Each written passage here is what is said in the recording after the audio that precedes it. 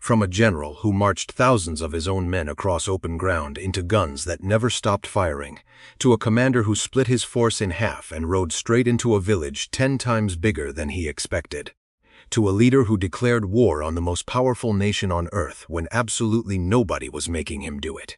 These are the 7 worst military decisions that changed history. And in every single case, one choice was all it took to change the fate of nations. Chapter 1. General George Pickett, Gettysburg, July 3, 1863. Confederate General Robert E. Lee, commanding the Army of Northern Virginia, ordered Major General George Pickett's division forward across nearly a mile of open farmland at Gettysburg, Pennsylvania, in July 1863.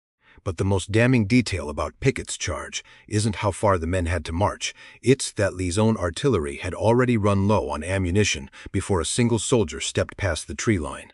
Before you understand what happened, you need to understand the ground. Union forces held Cemetery Ridge, a fortified position on high ground, protected by stone walls and artillery stacked 3 deep. Lee sent roughly 500 men across that open field, expecting a 2-hour bombardment to have silenced the Union guns. It hadn't. Confederate gunners had burned through most of their long-range shells, and Union cannons opened up the moment the gray lines came into range. General James Longstreet, tasked with giving the final order to advance, couldn't bring himself to speak it out loud. He simply nodded. Of the roughly 500 men who advanced, more than 6,000 were killed, wounded, or captured within about an hour. Entire regiments ceased to exist by the time survivors staggered back to the trees. The Army of Northern Virginia never mounted another major offensive on Union soil. Lee reportedly rode out to meet the survivors and told them, "It is all my fault." He offered his resignation to Confederate President Jefferson Davis.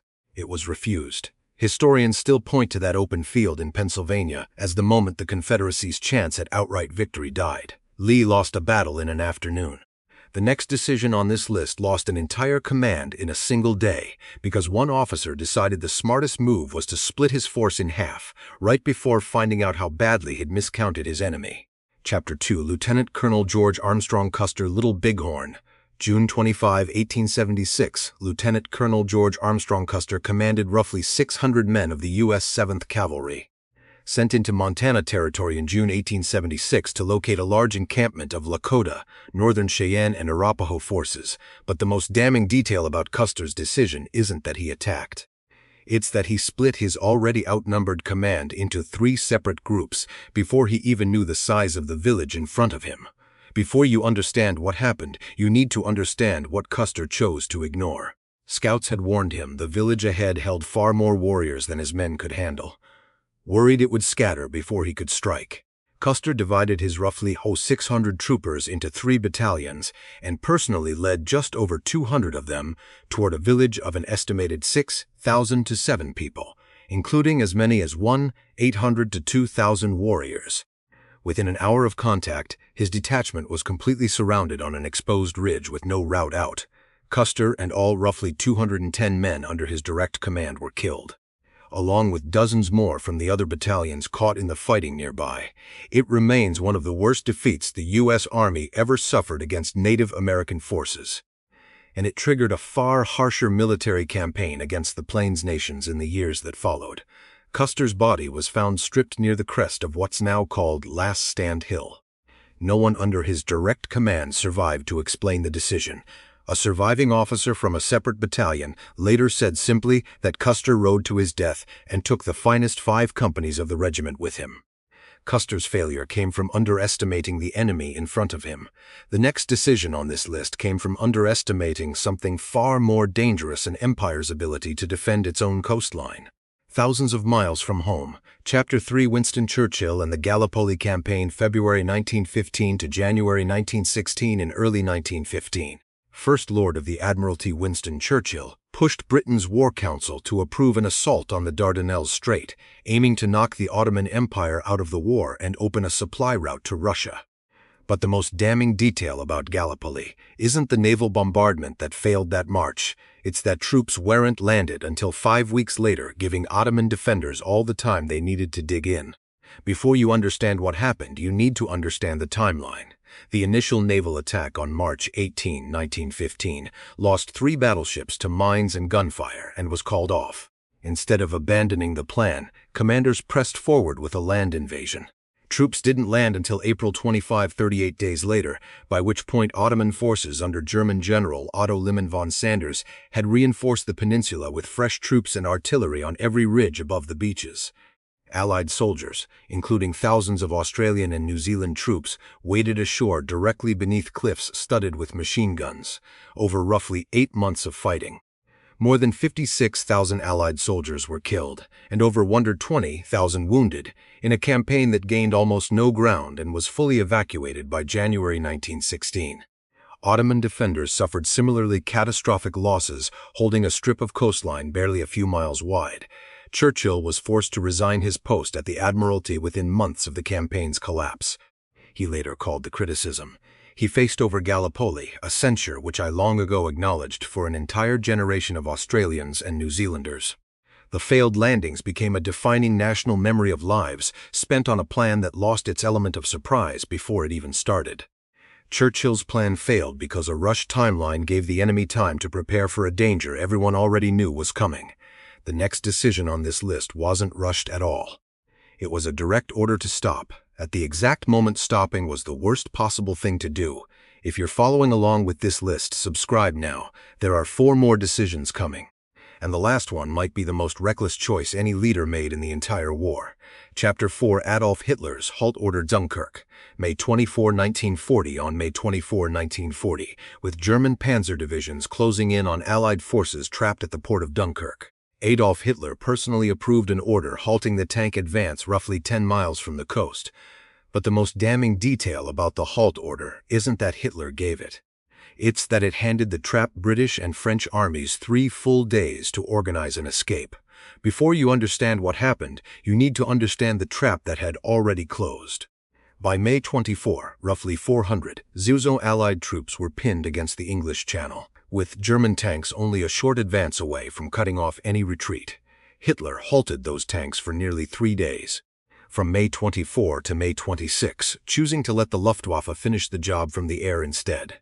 German Field Commander Heinz Guderian, whose tanks were closest to the coast and ready to advance, later said the order let an adversary escape, who was to all intents and purposes already in the bag. The delay gave Britain enough time to launch Operation Dynamo, evacuating over 338,000 Allied soldiers from the beaches between May 26 and June 4, 1940.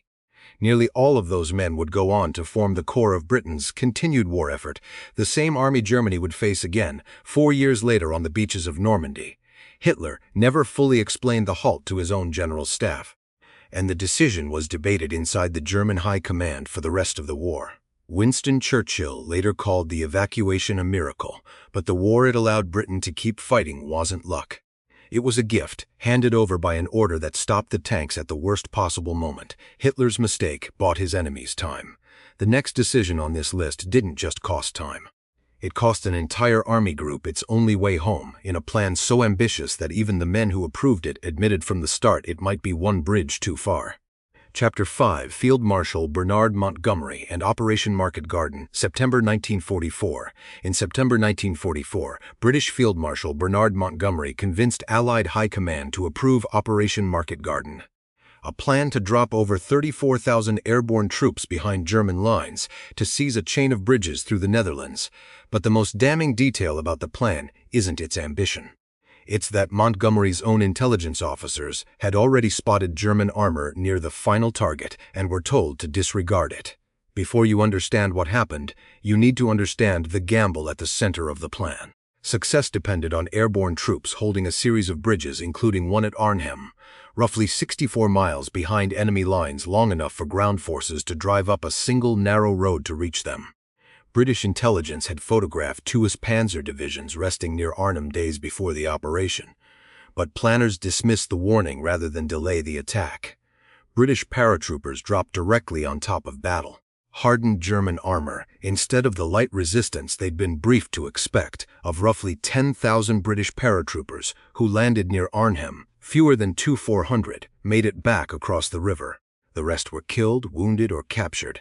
The operation failed to secure the final bridge, and the Allied advance into Germany stalled for months, dragging the war into the brutal winter of 1944 and 1945. No senior officer was relieved of command over the failure, and Montgomery himself later insisted the operation was 90% successful. The men who fought at Arnhem remembered it differently.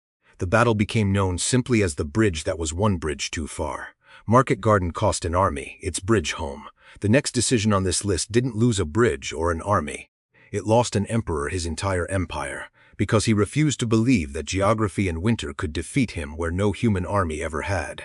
Chapter 6: Napoleon Bonaparte's invasion of Russia, June to December 1812. In June 1812, Emperor Napoleon Bonaparte led the Grande Armée, over 600,000 soldiers drawn from across his empire, into Russia to force Tsar Alexander back into an alliance against Britain.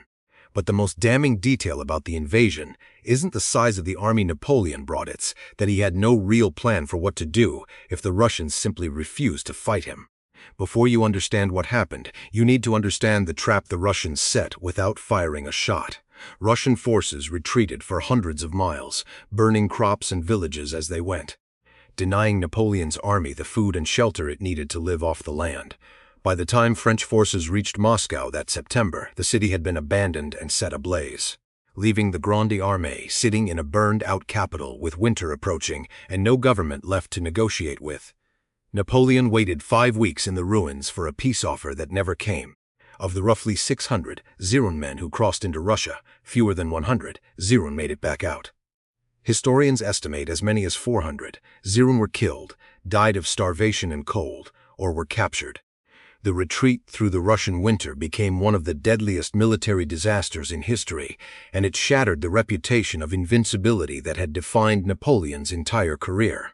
Napoleon abandoned the remains of his army and rushed back to Paris to raise fresh troops, but the empire never recovered. Within 2 years, a coalition of European powers pushed him into exile on the island of Elba. One of his own marshals reportedly said the campaign had cost France not an army, but a generation. Napoleon lost an empire because he refused to accept that an enemy could beat him without ever winning a major battle.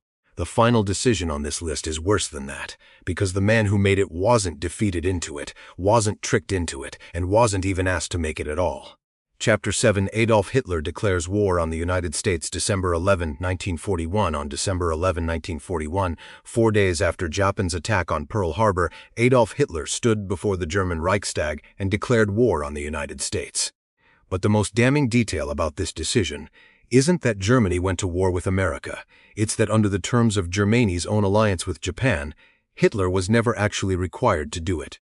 Before you understand what happened, you need to understand the treaty Hitler was operating under. The tripartite pact between Germany, Japan, and Italy was a defensive agreement, obligating each nation to support the others only if one of them was attacked. Japan had been the one to attack Pearl Harbor, not the other way around. No clause required Germany to join a war Japan had started. Hitler declared war anyway, telling the Reichstag that America had already been waging an undeclared war against Germany in the Atlantic. In doing so, he handed President Franklin Roosevelt something Roosevelt hadn't been able to get through Congress on his own: a fully united American public, ready to fight a war against Germany specifically.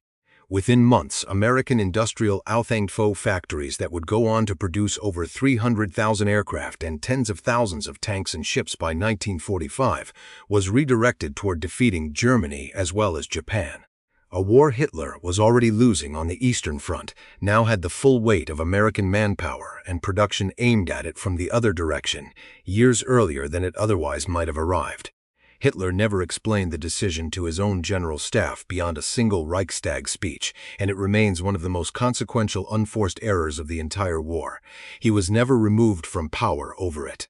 He simply spent the next 3.5 years fighting the two-front war his own declaration had guaranteed until it ended with his death in a Berlin bunker. 7 decisions.